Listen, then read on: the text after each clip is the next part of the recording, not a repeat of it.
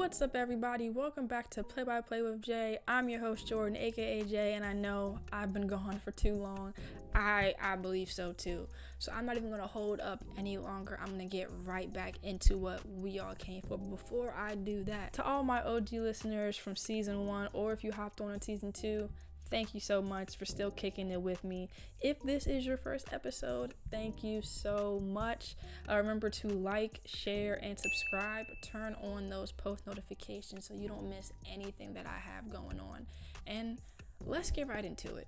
So, there was a lot of stuff that I could have started with. I think the easiest route was just the NFL season, because what a year that we had. Like, seriously, from point A to point B, week 1 to the Super Bowl. I think this is the best NFL season that we've seen in at least the last 5 to 7 years. So I was thinking to myself, okay, how can I do like a summary of the year in a nutshell? Perfect. My top 10 moments from the year. So let's get into it. Number 10, it has to start with the Super Bowl halftime show. Okay, let me take you through. We had Eminem taking a knee. Okay, we had Snoop Dogg being Snoop Dogg. We had Dr. Dre. We had Mary J in her thigh-high boots that sparkled. All right, we had 50 Cent come out of nowhere. Oh my God! I told you that! I told you guys it was gonna be a lot.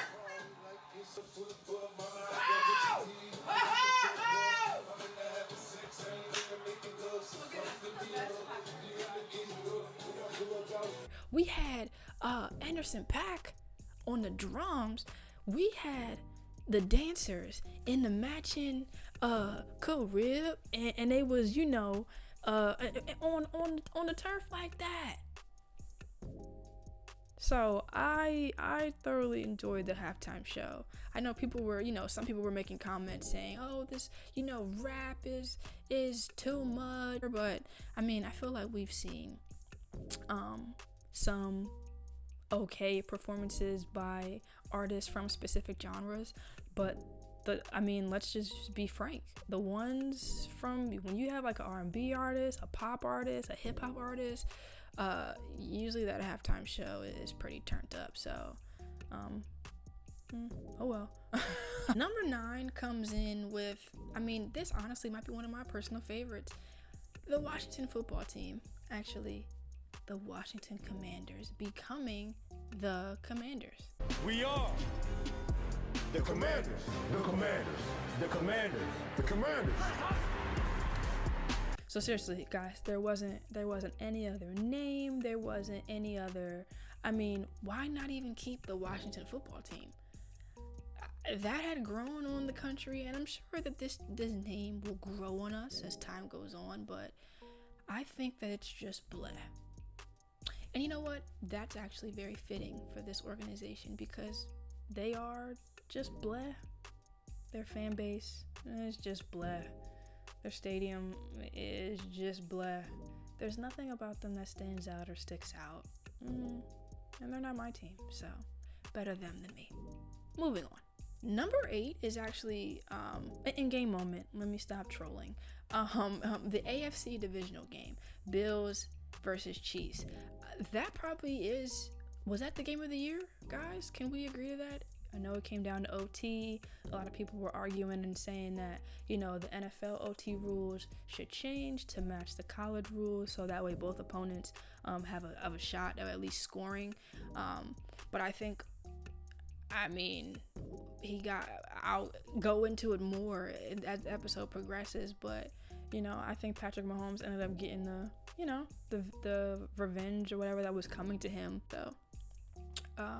I don't think they'll ever change the rule. I think that we'll continue to get great battles. The AFC is kind of loaded, right? You got, Josh Allen, you got Lamar Jackson, Patrick Mahomes, you got Justin Herbert, Joe Burrow too. How'd I forget?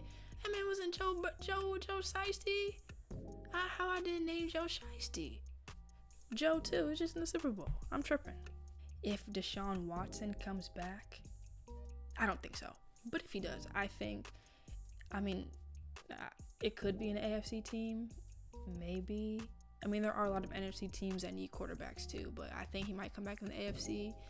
I don't know, but the AFC is definitely loaded with like youth and talent. And they're all like elite in their own way. Like each quarterback that I just named, I could like say one or two, skills where they're like elite at. So, who cares about the rule? Because we're just going to see a bunch of amazing games in the AFC for years to come. So I'm super excited about that. My 7th favorite moment is, Tom Brady retiring. I love Tom Brady. Best quarterback of all time. I don't think anybody will ever get 7 rings again. 6 with one team. 1 the first year of you being with that team. It's kind of just remarkable, really. Considering, where he was drafted, them talking about his size, his ability, and just him being like, all right, I'm going to shut all y'all up. But I'm just tired. He was standing in the way of my team ever winning anything. Tom Brady, Aaron Rodgers, Drew Brees, any of those quarterbacks were always in the way. 1 is gone. Well, now we're two for 3. So A-Rod, I need you to get ready to pack your stuff. I need the NFC, clear of any qualifying quarterbacks. So that way my team can just steamroll their way to a conference championship. And I'm not going to get too much into Cowboys right now because I could sit here all day. But I would like to see my team in the conference championship for the first time in my life. And Tom Brady retiring gets us one step closer. Let us thank God. So my 6th moment comes from my own team, and it's when the Dallas Cowboys decided that in the 4th quarter of our playoff game, with 14 seconds left, no timeouts, that they were going to run the ball up the field in the hands of our quarterback, no less. And this is a favorite moment because I think it just epitomizes our year in a nutshell. No matter how good we are, no matter how much talent we have, the Cowboys are just gonna do Cowboy stuff. And I'm just gonna have to learn to live with that. That hasn't happened yet. Like, I haven't come to terms with it yet. But maybe when I'm like in my 40s or 50s, I'll be like, okay, we'll never win. It's fine. But until then, I'm gonna continue to hold out hope. So just watch me wallow in my pain. Number 5, to bring some like joy to my topics, Jamar Chase's breakout year. Now, some people have said that, is this the best rookie season that we've ever seen? People were arguing, Justin Jefferson last year. They both be, hitting that gritty. But I don't know. I think I just really enjoyed watching him play. A lot of the reason too is because I had him in fantasy football. So I was able to see and reap the benefits of him playing well up close and personal. I think he broke like every Bengals rookie probably receiving record or rookie record period, right? I'm sure, because the Bengals were trash before this year.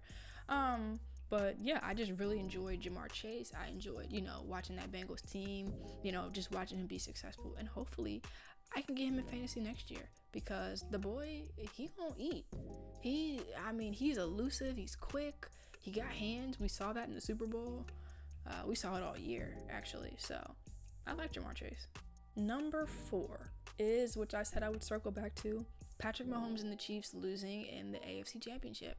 And it's pretty simple, cut and dry. I'm just happy to see that he's human. We saw it this year, and I was actually excited. Like, yes. The first half of the season, the Chiefs looked bad. Patrick Mahomes looked mid. I was like, oh my gosh, is he real? Is he a real quarterback? Did they pay him that money too soon? Like, all these things are coming into my head. But I just really am glad that they lost. Like, okay, he's human now. They can lose games, His resume, I think, does need to have some flaws on it. Because there is a certain level of extra weight and pressure that comes from being perfect all the time too. So when you mess up, it's like, okay, he's won, but he's also messed up. I just think it adds more to your journey. It adds more layers to you, Of course you would probably want to win all the time, but that's also not real life. It's not realistic. So let's not get in the habit of seeing Patrick Mahomes win all the time. Hopefully we don't. Hopefully maybe next year we'll see the Bills in the Super Bowl. Maybe year after that we'll see the Ravens, or just shaking it up. New comp. My 3rd favorite, Antonio Brown. Really, what can you say, but what can you not say? But specifically his exit. I think they were playing the Jets in New York, And Tampa was losing at the time he was doing this.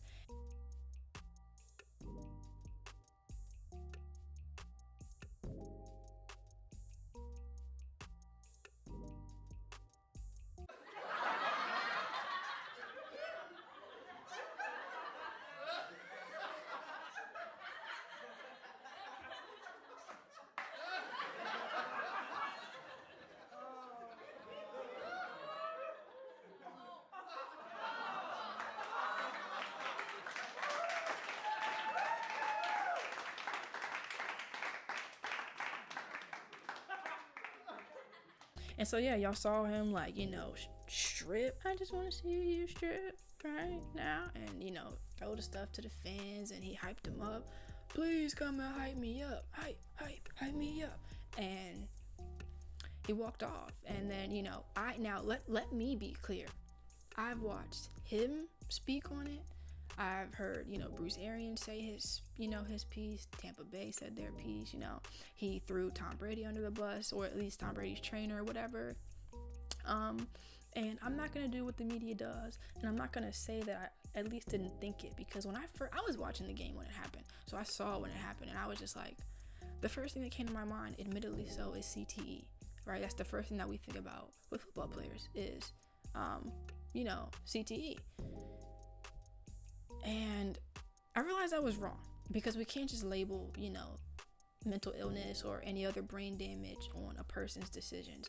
And he said it, I made a conscious decision to do that because of the choices and actions made by the coach. So essentially, if you don't know, Bruce Arians, or let me backtrack, Antonio Brown waived to come out the game. They get him out. Bruce is like, what's happening? Why aren't you in the game? He's like, my foot, coach. We talked about this in the text messages. My foot's hurt, whatever. And allegedly, Bruce Arians went like this and said, you're done. And then Antonio Brown did what he did. Now he went on the I Am Athlete podcast. He, said his piece. Brandon Marshall tried to explain to him why, that could have, may or may not have been the best way to do things and how you could have conducted yourself or whatever. But at the end of the day, he's a grown man, right? He's been in this league for a long time. He knows what he was doing. He made a conscious choice. He could have done it differently. He chose not to. So now what happened to him afterwards is totally his fault. And I think that AB knows that. I think that AB is comfortable with that. And that's all that you could really ask for, as long as the person is comfortable with the decisions that they made, nothing else any of you are saying, or me, even matters. But it's good for media stuff though. AB is good. He's comedy. He's a funny guy. All right, on to my top 2. So my second favorite moment, Odell Beckham Jr. OBJ winning his first Super Bowl. And I know y'all are probably like, okay, Jordan, you're a Cowboys fan. How can you love somebody who was once a division rival? Yeah, I hated him for twice a year. For, 5 years was OBJ there? 4 or 5, I don't remember. But I hated his guts for twice a season. Then I went back to loving him. I think that he's one of the league's most hated. I think there's a difference in, being a distraction, a difference in being misunderstood, and a difference in just being hard-headed, right? I think AB is a distraction. OBJ is misunderstood. And people will probably argue, well, Jordan, AB's this is my podcast, so there's that. But no, all jokes aside, no, I say that Odell Beckham is misunderstood because when he was lashing out, the antics and stuff that came from that, it never blew back on the team. It never impacted the team. He never did anything. He never froze his feet so he couldn't, go to training camp. He never complained about helmet changes and I'm obviously, comparing it to AB because that's just, wide receiver to wide receiver. Some people argued that Odell was a diva back in the day, and maybe he was. Some people said that the money changed Antonio Brown. Maybe it did, but that's just how I feel about the two of them and their two different, situations. But I'm just super happy for OBJ. His girlfriend is pregnant, so he's getting ready to have his first child. You know, he won his first Super Bowl. He's a free agent this year, so he could be in line for a big, you know, re-signing, payday, whatever, whether it's from the Rams, whether it's from somebody else. I'm just super happy for him because, to be honest, what I also said, while I did love OBJ, the peak of his career, the pinnacle of his career was the reach back like 1-3. That he hasn't done anything else, and yeah, it was injuries and stuff like that, but I'm happy that my boy got his ring. I'm so happy. Go OBJ. And my number one moment, I mean, if you haven't already seen it coming, here it is. It's the Cowboys' disappointing season. We started the year 6-1, and we finished the year 12-5. Yep. I said I'm gonna say that again. The Cowboys started the year 6-1, and we finished the year 12-5. We didn't play anybody really this year. The games that we lost, we should not have lost. The playoff game that we lost, we should have lost. We deserved to lose that game. I wouldn't have wanted to see us continue on, so I was glad that they didn't make me suffer any longer. But when we drafted CeeDee Lamb a couple years ago, instead of drafting defense, Jerry Jones was basically saying, I'm going all in on a championship right here, right now. I got my quarterback, I got my running back, I got Amari Cooper, I got CeeDee Lamb now, fresh out of Oklahoma, scorching hot. I got Michael Gallup, who's slept on. Okay, I got some solid tight ends who get the job done, right? I got my depth chart is there. My offense is there. My O-line has always been one of the best in the league. I'm going all in right now. Then Jerry says, I'm going to go hire Mike McCarthy. So somewhere along there in those plans, there was some sort of disconnect. However, Mike McCarthy does have a Super Bowl win, you know, under his belt. Cool, fine. Watching Mike McCarthy's clock management this year, it actually made me like, can I go out there and manage a clock now?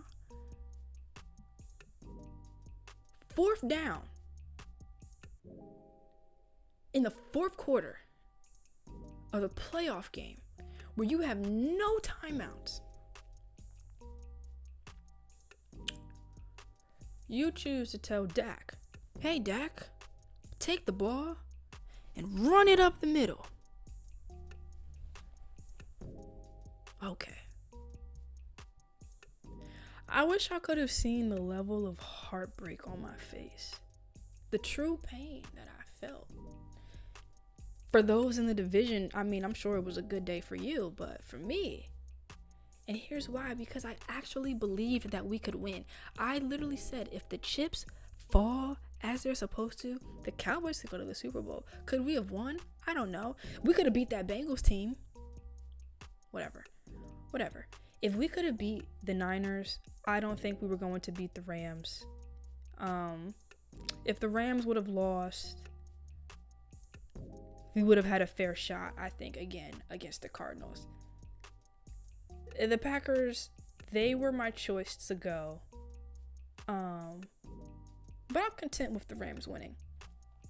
I'm just saying. That's my number one moment. The Cowboys being a disappointment again. And like I said earlier, I shouldn't continually get upset about it, but it's just like, when you believe in your team and they let you down, and I should be used to it by now, but I'm not, and I won't get used to it. It sucks. But yeah, thank you guys so much for tuning into this episode 1, my welcome back, my return. I'm here to stay. So here's a couple things that I'm looking forward to coming up, right? I need to learn a little bit more about this Sha'Carri Richardson situation. We all know that Sha'Carri wasn't allowed to run in the Olympics because of her testing positive for THC, a banned substance, and a Russian Olympian was allowed to compete at the Winter Olympics, and she had another banned substance that she tested positive for. It wasn't THC, it was something else. And so when I say I want to do a little bit more research, is because, of course, you know, the stigma that falls on, the war on drugs, but that stems from marijuana and Black people. So I'm not sure if it's that. I'm not sure. I mean, point blank, banned substance is banned substance. So if Sha'Carri tested positive for banned substance A, and this Russian athlete tested positive for banned substance B, both athletes should not be allowed to compete if those are the rules. Does race come into play? I mean, maybe.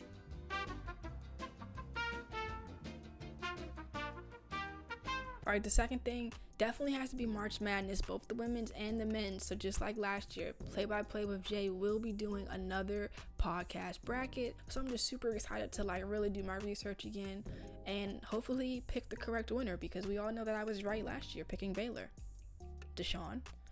And last but not least, the Lakers. I mean, I saw today on First Take they were asking if AD should be the one traded, Anthony Davis, when Russell Westbrook is still on the roster.